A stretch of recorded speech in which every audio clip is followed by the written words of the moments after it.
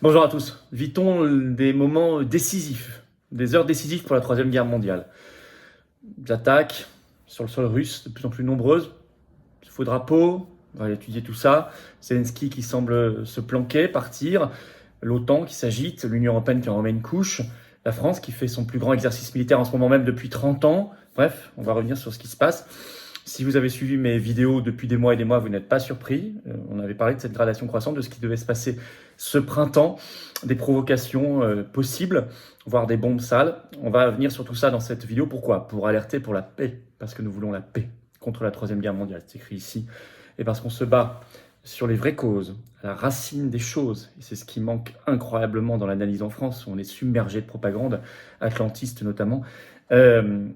On se bat pour la paix. Et la France pourrait jouer un très beau rôle. Elle peut le jouer. Elle doit le jouer. Et nous devons tous collectivement le jouer. Je vous explique tout dans cette vidéo dans un instant. N'hésitez pas vraiment à la partager. Et j'insiste notamment à faire ce tout petit effort de vous abonner à la chaîne YouTube. Vous appuyez juste sur s'abonner en dessous. C'est vraiment un dixième de seconde. C'est un petit clic. C'est gratuit, bien sûr, hein. Et c'est utile pour vous si vous appuyez sur la petite cloche à côté, parce que vous recevrez les notifications automatiquement des futures vidéos, des futurs directs sur cette chaîne. C'est utile pour la chaîne, parce que ça permet, les algorithmes de YouTube vont tourner et vont mieux recommander ces vidéos à tout le monde. Et on va plus vite vers les 500 000 abonnés, on fera un gros événement ensemble, avec beaucoup d'avantages pour tout le monde, ça va être extraordinaire. Donc vraiment, merci à ceux qui se sont abonnés à la chaîne récemment, bienvenue à ceux qui vont le faire dans les secondes qui viennent ou en toute fin de vidéo. On parlait de direct, bah oui justement. Je vous retrouve ce vendredi 5 mai à 19h sur cette chaîne pour un direct. Je prendrai vos questions en direct. Pensez-y, toute l'actu nationale, mondiale, explosive, brûlante, la plus passionnante, la plus chaude, la plus intéressante qu'on va décrypter et regarder ensemble. On parlera de toutes les actions très concrètes qui arrivent dans les jours qui viennent. Voilà. Vendredi 5 mai, 19h sur cette chaîne YouTube. Partagez, faites venir du monde. Et le jeudi 11 mai au soir, je suis dans le Jura. Bah oui, vous écrivez un référent 39 @les-patriotes.fr pour information et réservation. J'ai très hâte de vous voir. Bah écoutez, c'est parti. Troisième Guerre mondiale, les heures décisives.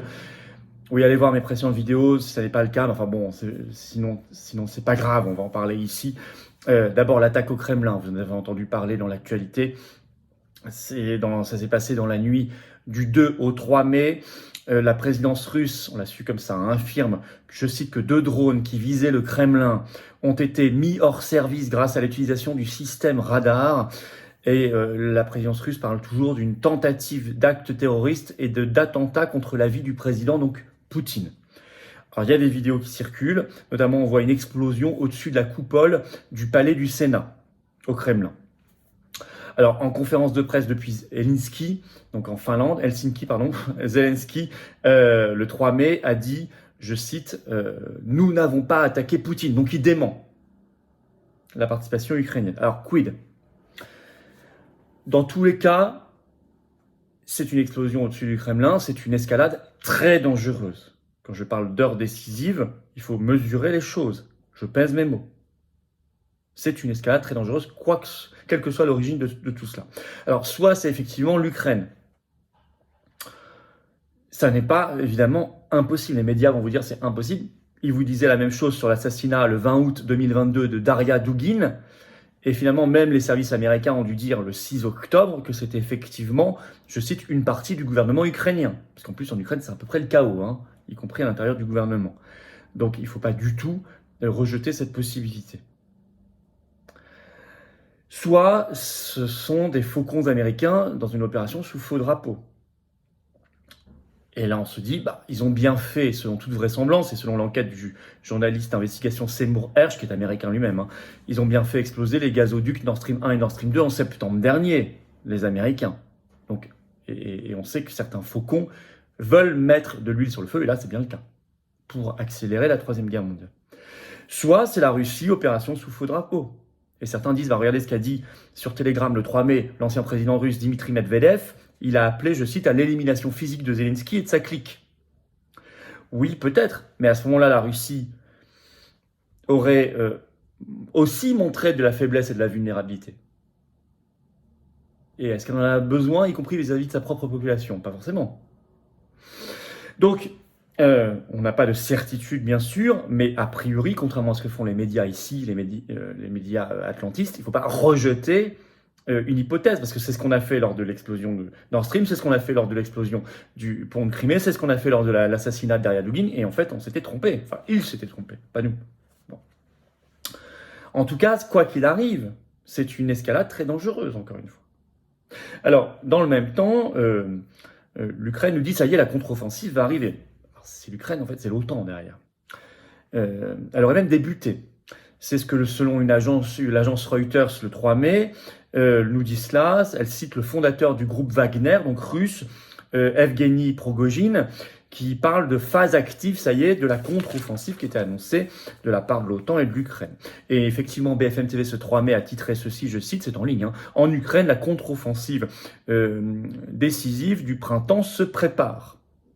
Kiev assurant que, je cite, les préparatifs touchent à leur fin, c'est ce qu'a dit le ministre ukrainien de la Défense. Et en fait, c'est écrit dans l'article de BFM TV, c'est l'OTAN qui affirme, je cite, que 98% des armes occidentales promises ont été effectivement livrées, dont 1550 véhicules blindés, 230 tanks et beaucoup de munitions.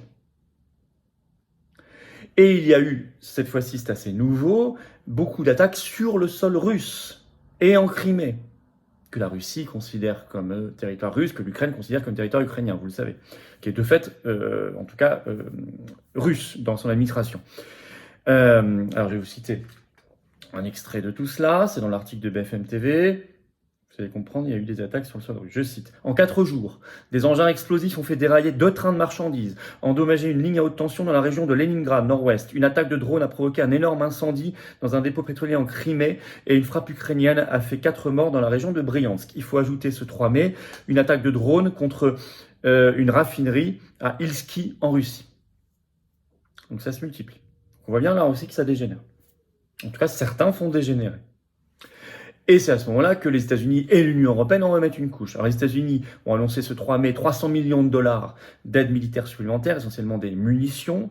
Et le 3 mai, la Commission européenne, avec quel mandat, selon quelles compétences, etc. Alors là, on est complètement dans le flou. La Commission européenne s'arroge maintenant des compétences militaires, de défense, enfin, tout ça est absolument délirant. En tout cas, ce 3 mai, la Commission européenne a présenté un plan de 500 millions d'euros, pile au mauvais moment, hein, vraiment pour mettre de l'huile sur le feu, hein, visant à accélérer la production de munitions pour l'Ukraine. L'Express, le 3 mai, nous dit que l'objectif, c'est 1 million de munitions par an. C'est un plan qui a été présenté par le commissaire européen Thierry Breton, qui est décidément partout, qui est commissaire européen notamment en charge de l'industrie de la défense, nous dit-on, pour une adoption fin juin. C'est vraiment de l'huile sur le feu, ça s'ajoute à ces 300 millions de dollars supplémentaires ajoutés le même jour par les États-Unis pour la même chose. Donc on voit que c'est concerté, hein, munitions de tous les côtés. Et c'est à ce moment-là que la France organise son plus gros exercice militaire qui s'appelle Orion depuis 30 ans. Depuis 30 ans, c'est l'AFP qui nous le dit dans une dépêche du 3 mai. Et l'AFP titre tout de suite, hein, c'est dans le titre de la dépêche, hein, avec l'Ukraine en toile de fond.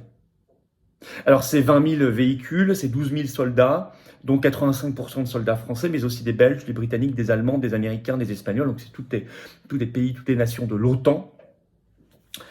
Alors l'objectif, nous dit l'AFP, c'est dans ce jeu fictif qui se passe en France, c'est reprise par les forces d'Arnland, les mauvaises langues diront ARN-Land, bon c'est comme ça, d'une zone envahie par l'ennemi qui s'appelle Mercure.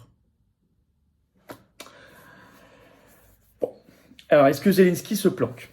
Alors, je ne dis pas que l'armée française ne doit pas s'entraîner, je ne dis certainement pas cela, évidemment qu'elle doit le faire. Ce n'est pas ce que je dénonce ici, je ne dénonce d'ailleurs rien, je constate simplement que le plus gros exercice depuis 30 ans, et que tout le monde rattache à la guerre d'Ukraine bien sûr, se fait en ce moment. Et dans le cadre, clairement, de l'OTAN en réalité. Est-ce que Zelensky se sauve, se planque, en tout cas semble savoir quelque chose, se met au vert, parce que ce 3 mai, il a fait une visite surprise en Finlande, pays qui vient de rejoindre l'OTAN justement, qui partage la plus grande frontière terrestre de l'OTAN avec la Russie. Il est allé voir à ce moment-là le président finlandais, mais il a aussi participé à un sommet régional avec le premier ministre de Suède, de Norvège, de Danemark, d'Islande. Et le soir, la télé finlandaise nous dit qu'il va rester plus longtemps que prévu. Et effectivement, on le retrouve le 3 mai au soir et ce 4 mai aux Pays-Bas. Et là, on nous dit aussi visite surprise. Il n'est toujours pas revenu en Ukraine. Et notamment aux Pays-Bas, il va profiter de cette visite pour visiter la Cour pénale internationale, la CPI, qui vient de faire, il y a quelques semaines, un mandat d'arrêt contre Poutine. Donc on voit bien qu'on est dans une espèce de nouvelle phase, assez inquiétante. En conclusion, attention, la Troisième Guerre mondiale, c'est pas une fiction, c'est pas une formule, c'est pas un mot.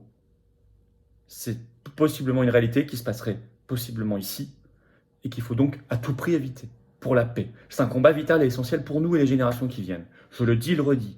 Ce n'est pas pour rien que nous agitons l'opinion publique française sur la paix par des très grandes manifs, par des opérations, par plein de choses, par ces vidéos, par du tractage, par du collage. On a une grande série d'affiches en ce moment dans toute la France pour la paix, en parlant de solutions très concrètes. La paix sera obtenue en s'éloignant de l'atlantisme et en quittant l'Union européenne et l'OTAN, ce qui sont aujourd'hui des pourvoyeurs de guerre. On le voit dans tout ce que je viens de vous dire maintenant et depuis des mois, et depuis des années. Alors attention, on est aussi dans un contexte d'élection américaine en 2024, avec une dynamique confère une récente vidéo de Donald Trump. Et certains faucons qui n'ont pas envie que Donald Trump arrive, parce que lui il a promis de mettre un coup d'arrêt à cette dynamique guerrière pour aller vers la paix. Certains faucons américains n'ont pas du tout envie que Trump arrive, et donc ils pourraient vouloir noyer l'élection américaine dans la Troisième Guerre mondiale. Vous savez, dans ce cas-là, il y a un réflexe des peuples, on garde les mêmes équipes au pouvoir. Ça, il faut bien l'avoir en tête. Dans tous les cas, la France doit être sage, elle doit jouer la sagesse, la raison, la paix et donc la désescalade. Et je le dis structurellement, c'est pas Macron qui va le faire maintenant, on le sait malheureusement, mais structurellement, il faudra quitter l'Union européenne et l'OTAN. Mais dès maintenant, nous pouvons avoir un discours quand même de sagesse, de raison, de paix et de désescalade. Et nous devons, nous, Français, pousser évidemment à cela. Écoutez, partagez cette vidéo, abonnez-vous à cette chaîne YouTube si vous voulez bien, il suffit de cliquer en dessous, ça donnera vraiment plus de force et de visibilité à ces vidéos automatiquement, c'est un petit clic, c'est gratuit. Je parle à ceux qui regardent les vidéos régulièrement, qui ne sont pas encore abonnés à la chaîne, voilà, merci beaucoup de les regarder, ce petit plus peut-être peut nous aider beaucoup. Et puis, ce vendredi 5 mai à 19h, on est en direct sur cette chaîne YouTube, je prendrai vos questions directes, soyez au rendez-vous, ramenez du monde. Je vous attends, patriotes. Voulez-vous battre pour la paix? Les patriotes aussi, ça tombe bien. Et tous ceux qui sont ici avec nous aussi. Donc rejoignez-nous. Vous pouvez adhérer ou réadhérer si votre adhésion n'est plus à jour parce qu'elle a plus d'1 an. Vous pouvez également faire un don de soutien si vous voulez soutenir cette campagne d'affichage national. Qui coûte très cher, le prix du papier aussi a subi l'inflation. Faire un don de soutien aux patriotes. Tout ça, c'est défiscalisé aux 2 tiers pour vous, l'adhésion, la réadhésion, le don. Profitez-en aux 2 tiers. Vous récupérez les 2 tiers. Au lieu d'aller vers la guerre, vers l'Union européenne et tout le reste, ça va vers la paix, des choses efficaces, des actions concrètes de la résistance. Voilà. Adhérer, c'est aussi, réadhérer, c'est rencontrer des gens qui pensent comme vous près de chez vous, mais être mis en relation, en métropole, outre-mer ou à l'étranger, c'est se battre pour la paix, la liberté, la souveraineté, la dignité humaine, c'est quand même beau. Contre l'oligarchie, évidemment, qui, elle, veut la guerre. C'est le plus grand mouvement souverainiste et défense de la paix de France, les patriotes. Il vous attend. Voilà. Alors adhérer, comment on fait? C'est le premier lien sous la vidéo en description. C'est un lien également en commentaire épinglé. C'est une petite fiche maintenant sur l'écran. C'est dans quelques secondes en cliquant sur l'écran aussi. Faire un don de soutien aux patriotes, c'est le deuxième lien sous la vidéo en description. Les dons supérieurs à 500 € de votre part, on ajoute un avantage spécifique personnalisé qui est expliqué sur le site des Patriotes. Dans tous les cas, bravo aux donateurs, aux réadhérents. Bienvenue aux nouveaux adhérents patriotes résistants, combattants de la paix.